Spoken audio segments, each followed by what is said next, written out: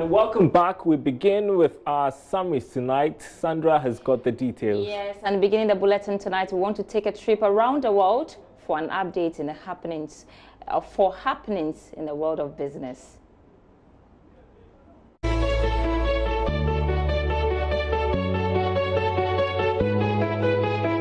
Policy think tank Imani Africa believes the government has poorly managed the energy sector debt in the country.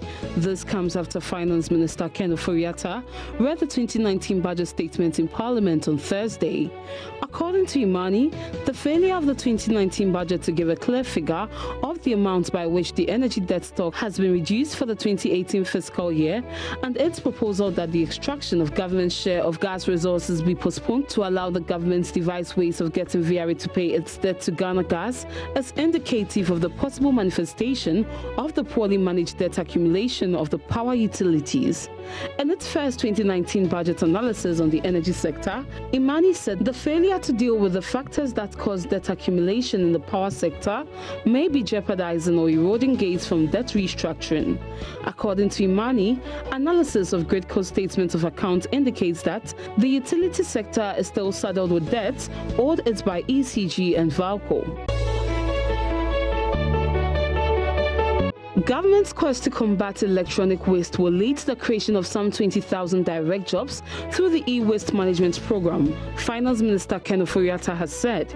Presenting the 2019 budget on Thursday, Mr. Ofori-Atta said the program will lead to the creation of over 20,000 direct jobs through the establishment of a national e-waste recycling facility, associated holding centers in each regional capital, and collection centers in each of the 216 districts. Used electronic and electrical equipment imported into the country continues to be the major source of electronic waste, as many have not been tested for functionality and in contravention of regional and international laws such as the Bamako Convention, the Basel Convention, and EU e-waste shipment regulations.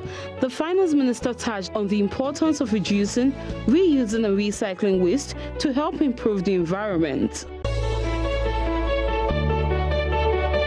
Financial institutions have been urged to carry out thorough background checks on prospective employees before their engagement to stop the recruitment of criminals into the banking sector.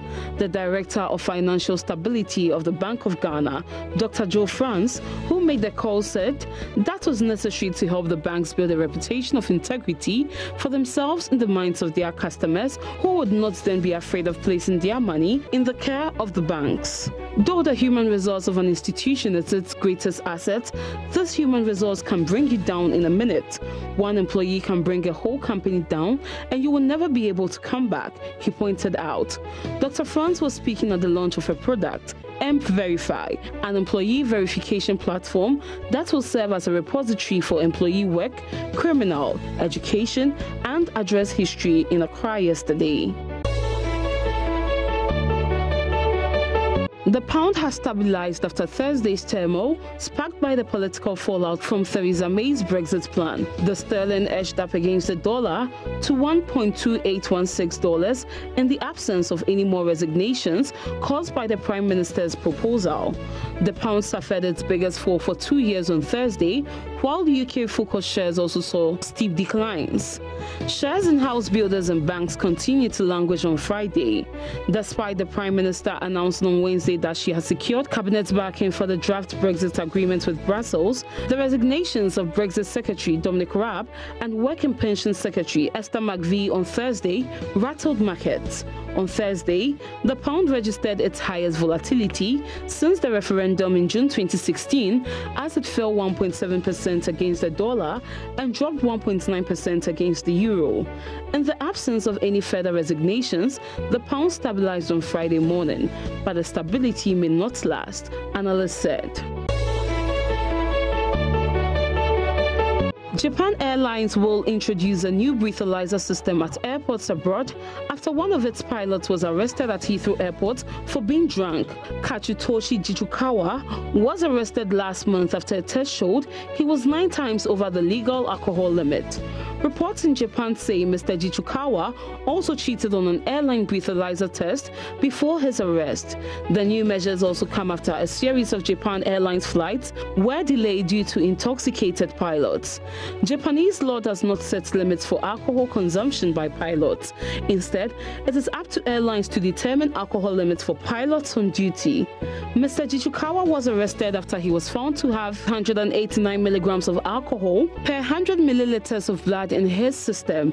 The legal limit for a pilot in the UK is 20 milligrams. He had earlier cheated on an in-house breathalyzer test, taking it at a distance from the chief pilots who were supposed to oversee it, the Asahi Shimbun newspaper said. The co-pilots did not blow the necessary amount of air into the device and deliberately got around the test. The newspaper quoted the Japan Airlines report as saying the chief pilots had also admitted failing to oversee the test properly, the report added.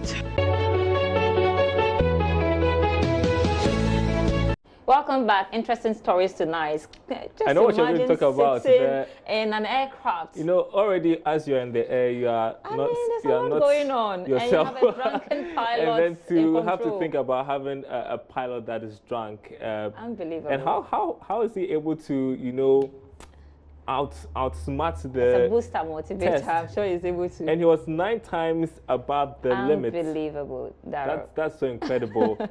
I don't know what to say about this, but that's the news for you. And hopefully the authorities there are putting in place measures to check their pilots.